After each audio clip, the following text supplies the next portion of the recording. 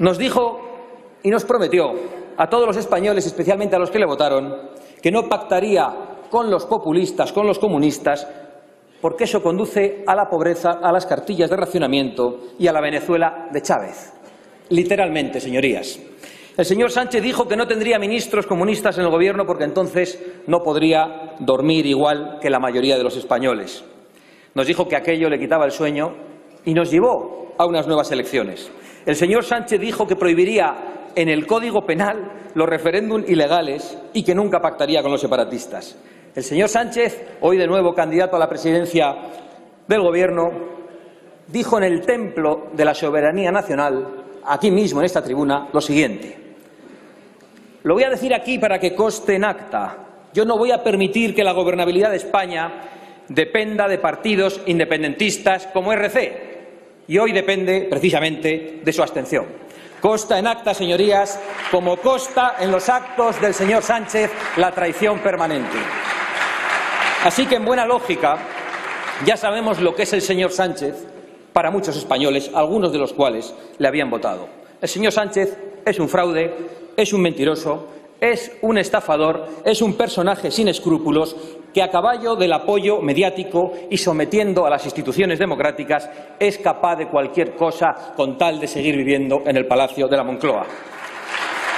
Es un villano de cómic, es un tirano banderas que lo mismo se envuelve en la bandera nacional que en la estelada, que en la europea, que en la cubana. Un político indigno que ha cometido el mayor fraude electoral de la democracia española, pactando al día siguiente de las elecciones con los que había dicho por activa y por pasiva durante la campaña que no iba a pactar. Al día siguiente exactamente.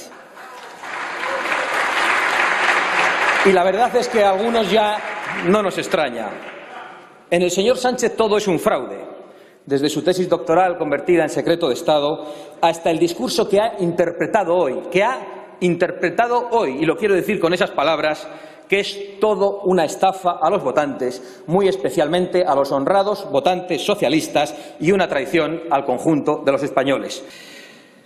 Usted, señor Pablo Iglesias, le ha pedido en primer lugar unos cuantos sillones en el Consejo de Ministros, desde donde manejar presupuestos con los que alimentar a ese leviatán comunista que necesita de la subvención, del dinero público y de los impuestos brutales para desarrollarse.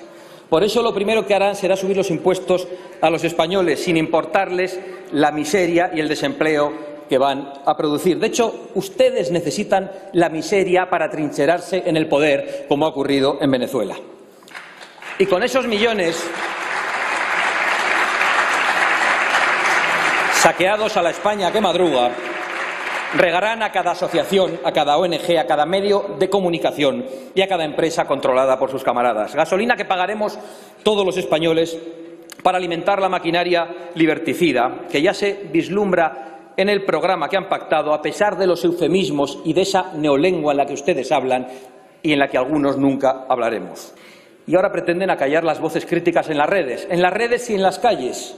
Y me viene a la imagen un buen hombre jubilado que ayer osó ponerse delante de la sede del Partido Socialista a decir «Viva España» y «Feliz Navidad», y que fue arrastrado de malas formas por la policía que envió el señor Marlaska, en una España en la que se pueden cortar carreteras, en la que se pueden quemar contenedores y en la que el presidente de la Generalidad está en absoluta rebeldía. Se arrastra a un buen hombre jubilado porque osa ponerse delante de la sede del Partido Socialista. Y esta es la España bolivariana a la que algunos nos quieren llevar.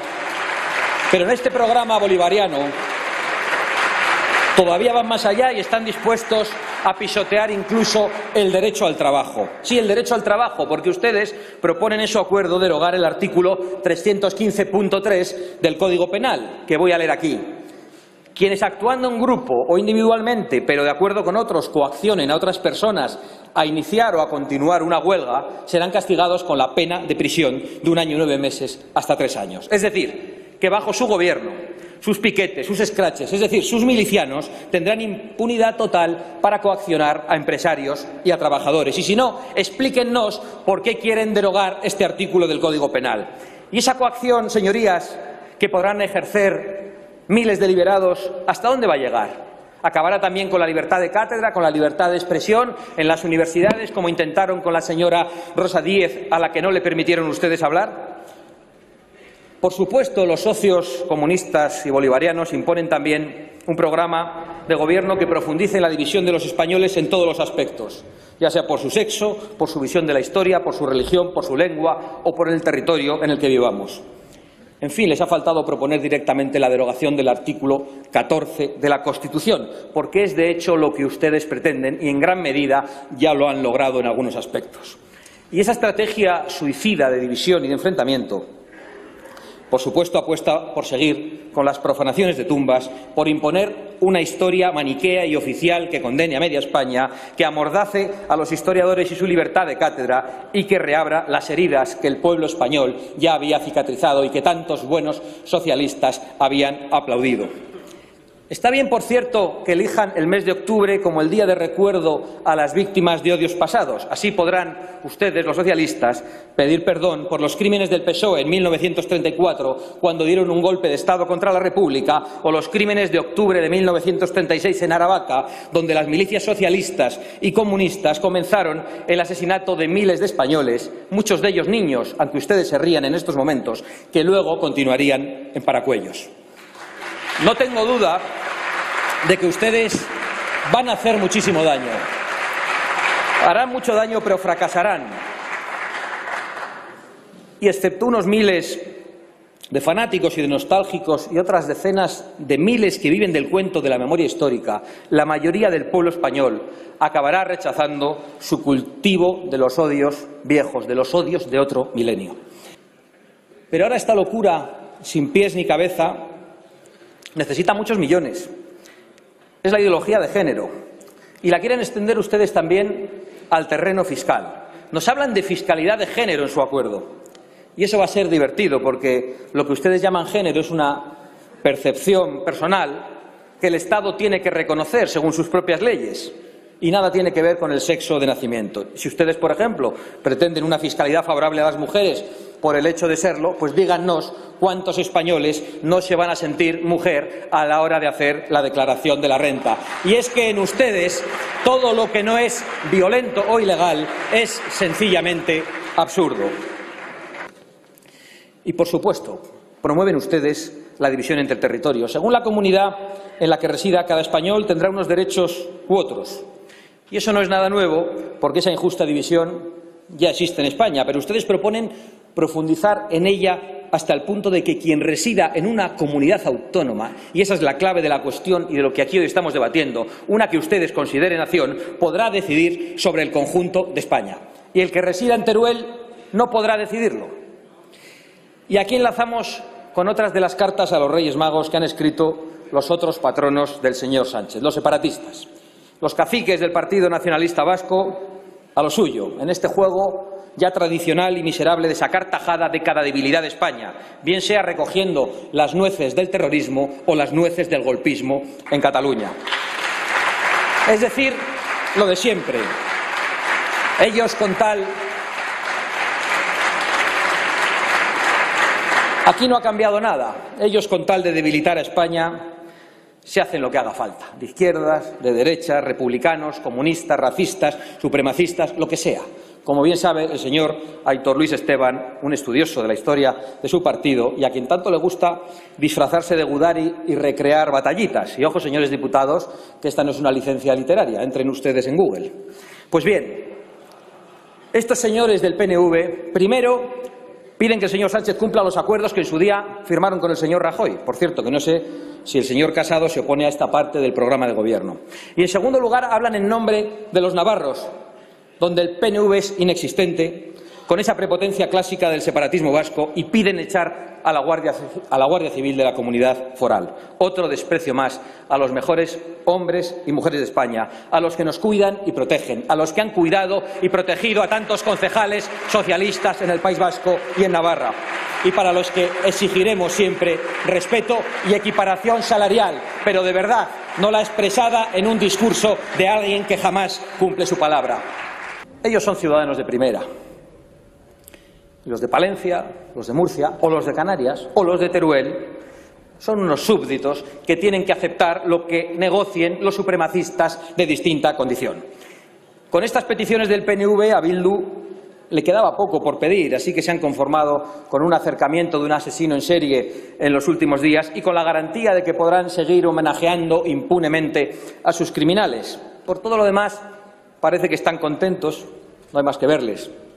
El empleado Sánchez cumplirá los acuerdos con ETA de excarcelaciones y de blanqueamiento, como antes hicieron el señor Rajoy y el señor Rodríguez Zapatero.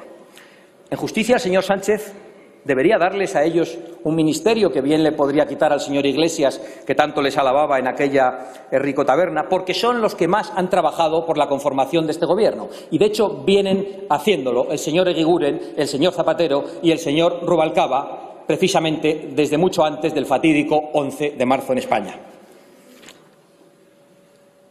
Esquerra Republicana de Cataluña ha sido el capo más exigente y el más complacido. Desde la cárcel, condenados por sedición, los dirigentes de Esquerra han impuesto la consolidación del golpe y la liquidación de la soberanía nacional.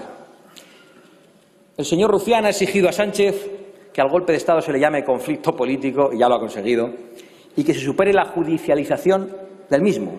Vamos a ver, señores de Esquerra, eso que ustedes llaman judicialización no es más que la ley actuando contra los criminales que hay en sus partidos. Por lo menos hablen claro y digan que lo que ustedes quieren es impunidad para saltarse la ley y destruir el orden constitucional en España.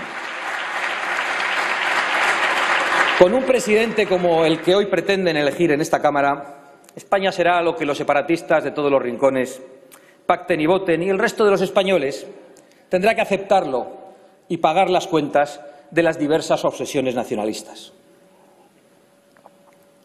Entre ellos, los residentes en Teruel, muchos de los cuales verán cómo su voto, el que dará hoy usted, señor Guitarte, servirá para convertirlos en ciudadanos de tercera.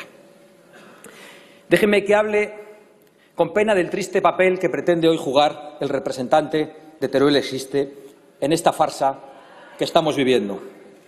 Y digo con pena porque muchos españoles vimos con simpatía la elección del señor Guitarte como representante de los olvidados del Estado de las autonomías, de las víctimas de un sistema que venía premiando a los traidores y castigando a los que eran leales a España. Y se lo digo con franqueza, señor Guitarte, ninguna migaja, pero tampoco ningún mendrugo o ningún festín que le ofrezcan justifica una traición a España, porque España también existe, señor Guitarte.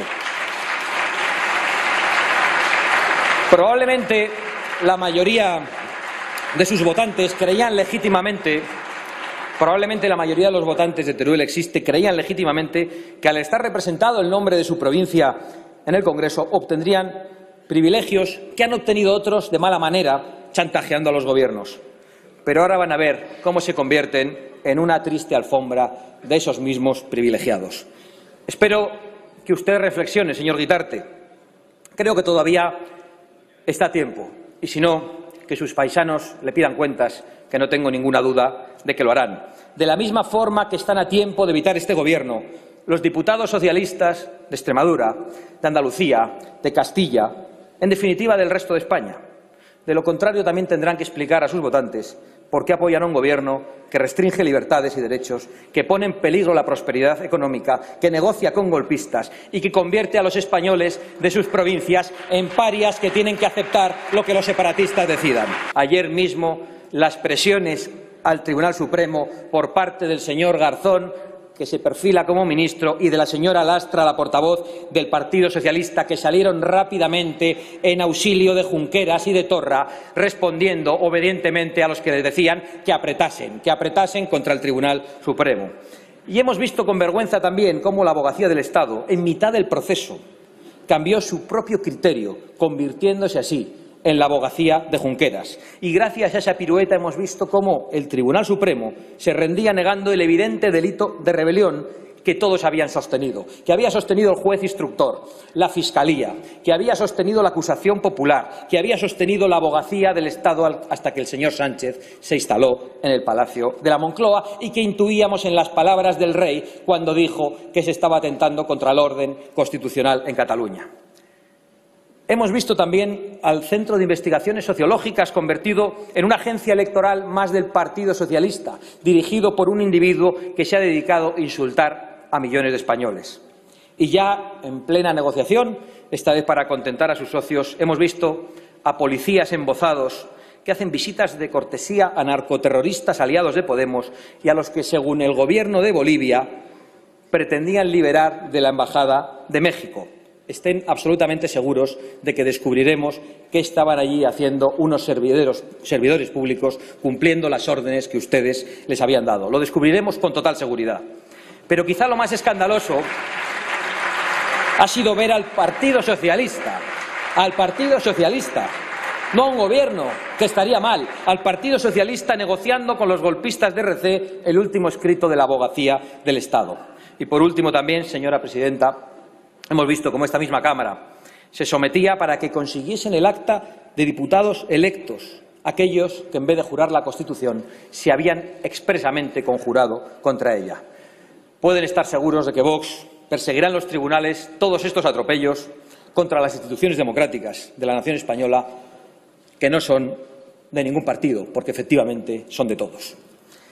Y por eso, por ejemplo, nuestros vecinos marroquíes se gastan el dinero que el señor Sánchez les regala para controlar las fronteras en comprar tanques y helicópteros de combate mientras reclaman las aguas de Canarias. Y es lógico, porque cuando una nación no se respeta a sí misma, todos tratan de aprovecharse de ella, como bien vemos en esta misma Cámara.